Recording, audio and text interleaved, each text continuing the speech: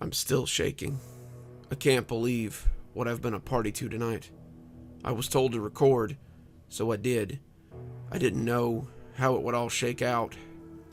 How could I? Now I'm facing an investigation and may even have to go to prison myself.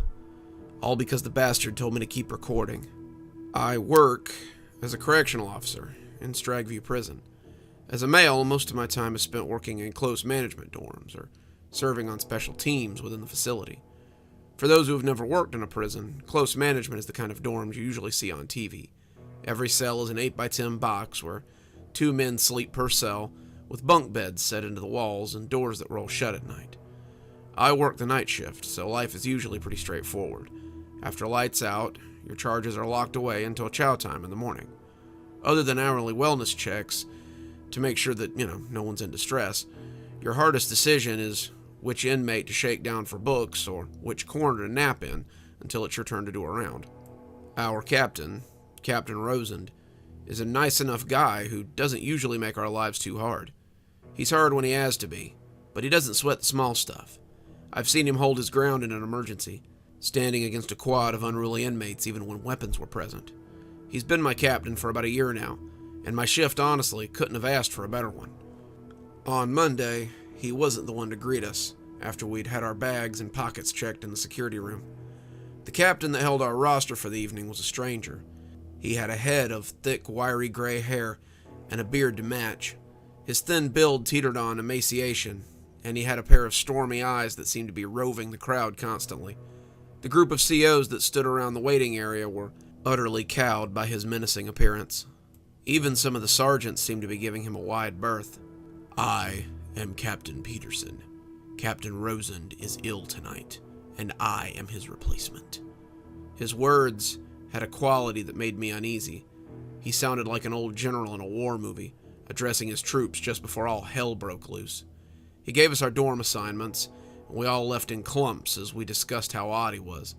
Sergeant Dack, the assigned yard sergeant for the night, was incredibly nervous about the prospect of having to work with him all night. He joked with the confinement sergeant, a mousy guy named McCann, that he might just come help him with paperwork instead. Turned out, there were a lot of us doing paperwork before the night was over. The night went by mostly as expected. Mail was handed out before first count. Master roster was concluded before lights out to ensure that everyone was present and accounted for. By 10:30, we had all of our inmates snugged in their cells. I was just deciding which counter to prop my feet up on when the phone rang.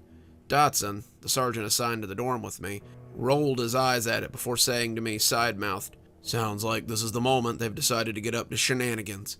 The statement would prove to be prophetic. It was Dak. He wanted an inmate from Quad 3, inmate Garman, in leg shackles and hand restraints to be brought down to the captain's office ASAP. Dotson nodded as he relayed this information to me, rolling his eyes theatrically.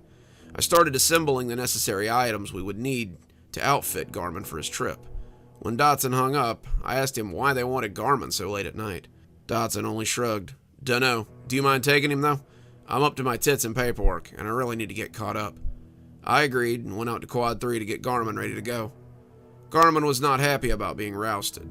Garman was in his late 30s, his short brown hair growing prematurely gray, with the thin, stoop-shouldered look common in inmates. He wanted to know what all this was about, and why they wanted him so late, and just how long this was going to take. And he wanted to know it all right now. I told him that Captain wanted to talk to him. If he had questions, then he'd better take it up with him. That seemed to finally get him into motion. When the captain called, it was never a good idea to keep him waiting. He balked again when I told him he'd have to wear the ankle chains, but at this point, it was just grumpy bluster. We got his hands secured behind his back, his leg restraints in place, and I called him in over the radio as Dotson buzzed us out onto the compound. The compound at night is probably the most peaceful place in the world. Prisons are almost always set up to be out in the middle of nowhere, and it seemed to be by design. When the lights go out and the children go to bed, the dorms look almost peaceful. The crickets and the night birds were the only sound around us as we walked.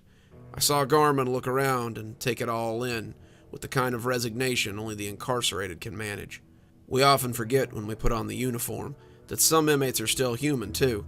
Not all of them get to keep their humanity here, but some of the lucky ones are strong enough to not let this place turn them into animals. Some Officers are lucky enough to keep that humanity too. The captain's office is a square concrete building in the middle of the compound. It's close enough to every dorm that you could run to someone's aid in about a minute from the front door. Dak was waiting for us when we arrived. He was usually a good-natured fella, quick with a joke or a sarcastic remark. Tonight, though, he was standing over a little pile of crumpled cigarettes, and he looked haggard. He looked up at us as we approached and threw something to me that I almost dropped. It was the video camera that we used for disturbances. Anytime an inmate needed to be put on camera, you could bet that he was about to have a bad time. I had run the camera a few times, mostly to monitor inmates after they'd been sprayed with gas or slammed to the ground. I knew enough to figure out that this wasn't going to be an ordinary meeting. What's this for? Dak took a long drag off his Winston and added it to the pile. Cap wants the meeting recorded. Any particular reason? I didn't like seeing Dak this short and out of sorts. No clue, but would you please do it? Peterson.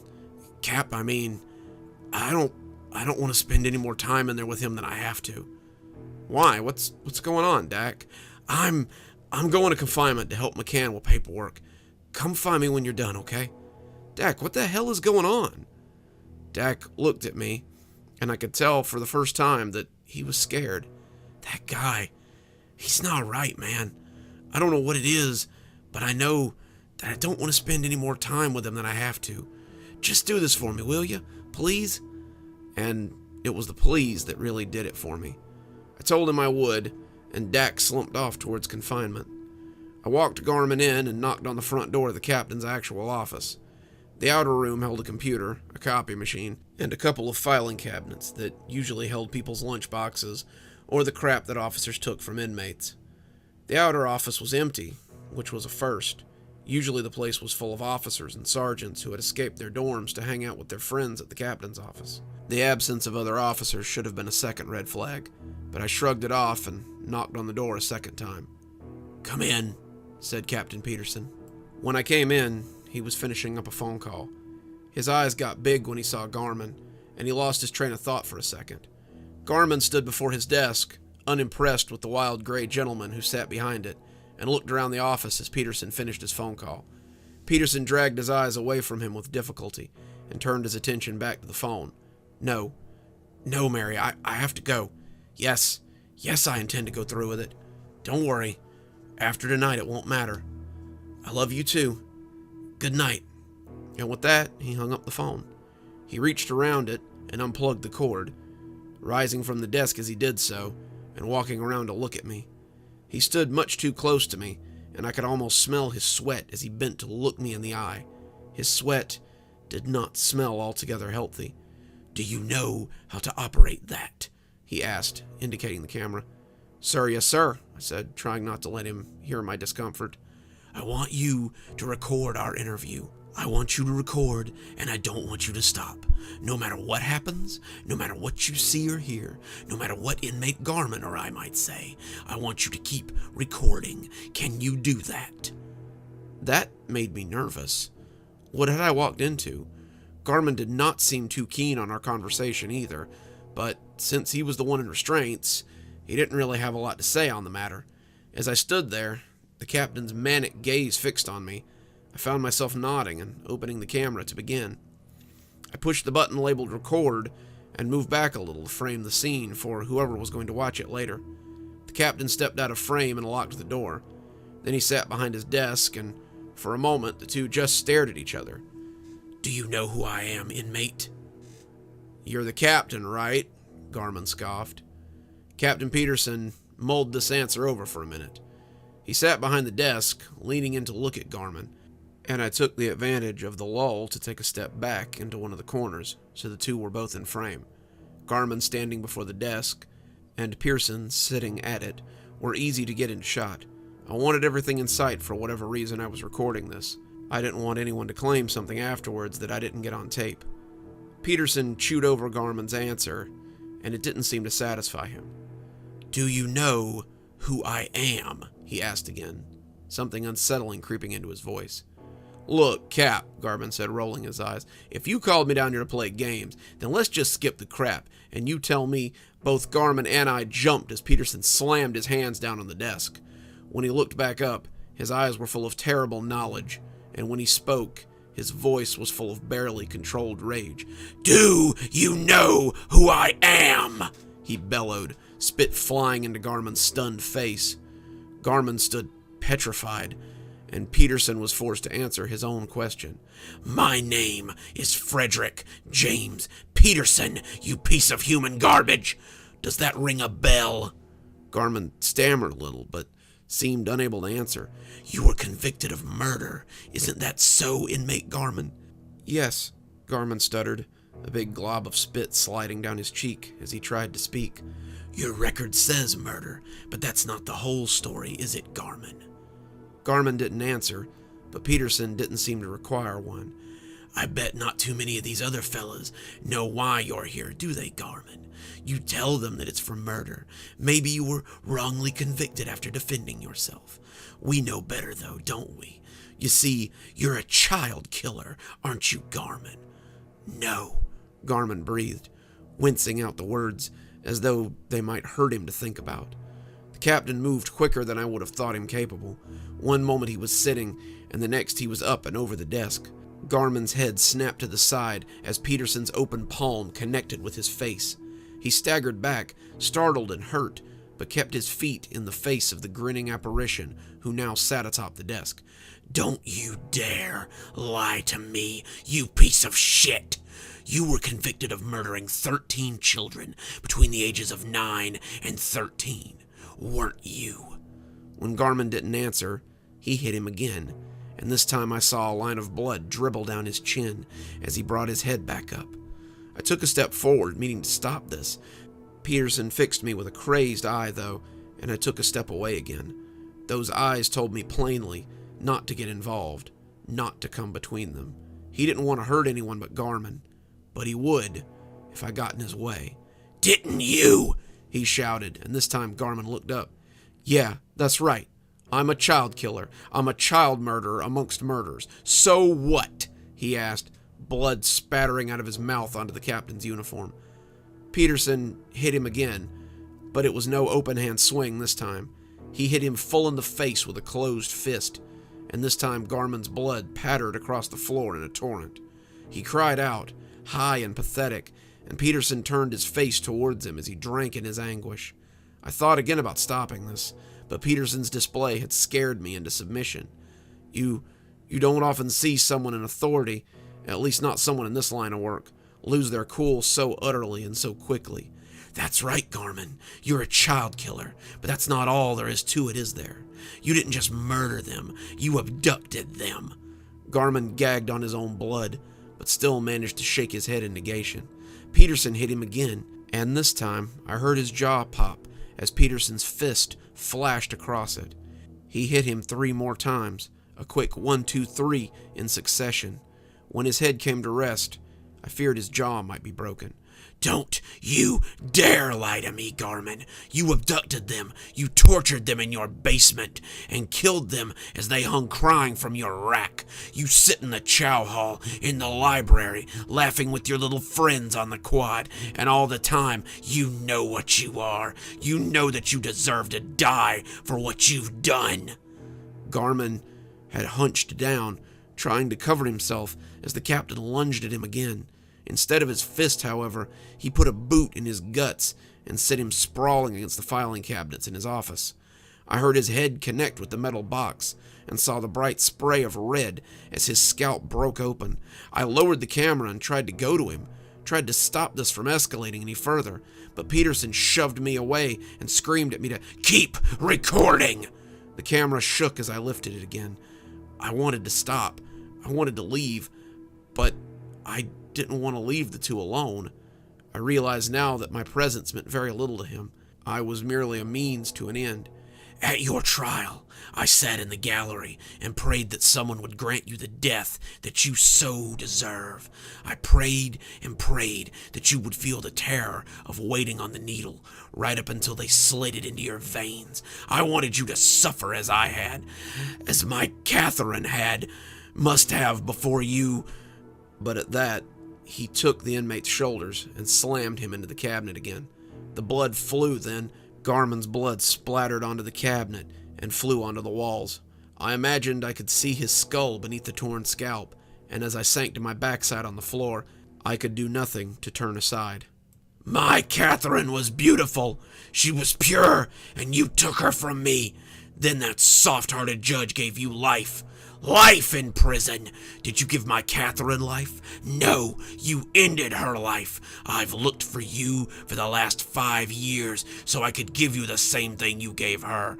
Finding you became a sort of mania in me, you see. When my wife left me, when my friends stopped calling, when my son went to live with her because he couldn't stand to see what Catherine's death had done to me, I blamed you and added just one more sin to your tally.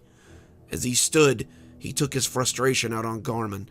The man was limp, unconscious if not already dead, but Peterson went right on abusing him. He punched him, he stomped him, he slammed his head and stomped his fingers.